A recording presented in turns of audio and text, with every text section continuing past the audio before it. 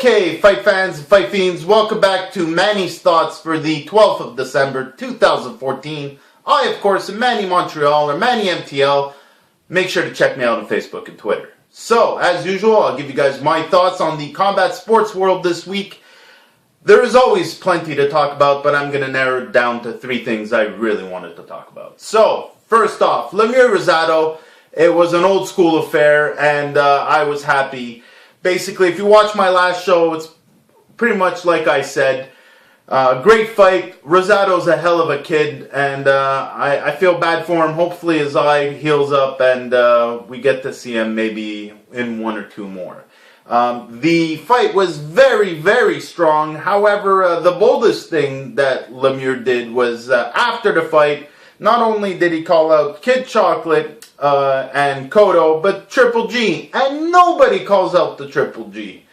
Now, do I want him to fight Triple G next? I'm not delusional. I am a fan of David Lemieux. However, I do think he needs another fight or two before he sees the likes of a Cotto or a Triple G. However, this was an excellent first step, and Brooklyn got a taste of what Montreal is like. So, fantastic fight. I was very happy of the outcome. Hopefully you guys tuned in and watched it and supported your local fighters. So, speaking of local fights. Now, Pascal Bolonti went down. A lot of people are upset. Particularly the people that paid $50 on pay-per-view to watch it.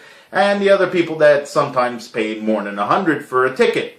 They got treated to a 2-round affair that didn't work out too well. Well, basically, everyone was shocked that Bolonti fell and didn't get back up. Basically, calling it a dive and all kinds of other stupidities. Here's the truth. This guy was originally supposed to take a dive for Butte then. And Butte hurt his back. So now, Bolonti was going to face Pascal. He went from a number 12 contender to a number 1 contender. So, he's in the ring, and he gets hit with a shot that he clearly knows the referee called break to, and knows the referee is already going to do something about it. Down he goes. So, do I think he was happy to take his DQ and go home? Yes. Do I think he was in deep waters and maybe he realized he was out of his element? Yes. Do I think it was a fix? No. The guy was training. The guy was in the gym in this town. People saw him. He had some skill. He held his own in that first round. I think that he took the easy way out maybe in the second round, but I don't think it was a Pascal fix. Because the truth is, this hurts Pascal more than anything. Because now Pascal was looking at Kovalev, his teeth were all watering, and now that might be flying away. I already said it, it's never good to call your fights ahead of time. Jinxes happen all the time.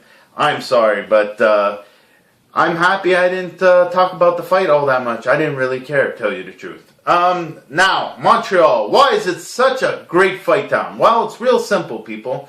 We have so many different facets of things going on in this city, and nobody ever had any shame or, interjections about cross-training. So basically, boxers would fight with wrestlers and jiu-jitsu guys.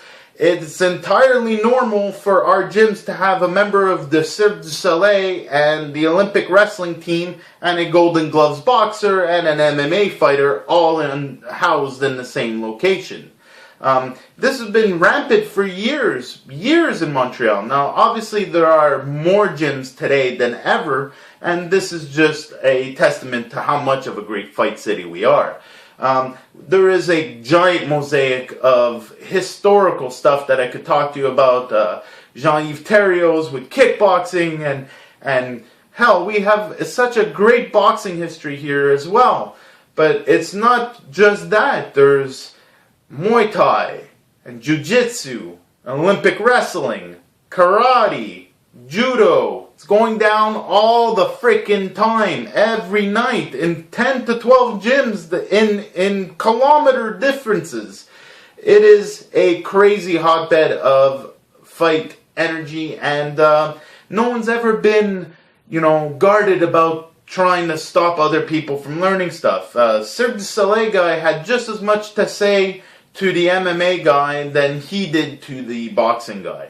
So people were never really shy of sharing opinions, which usually, if you look in any subject, the minute people unite and share ideas on things, usually new stuff springs from that. Now, I'm not saying we are the birthplace of anything new. However, the melting pot just seemed to mix here easier. And we've been doing it for a long time, longer than most major cities.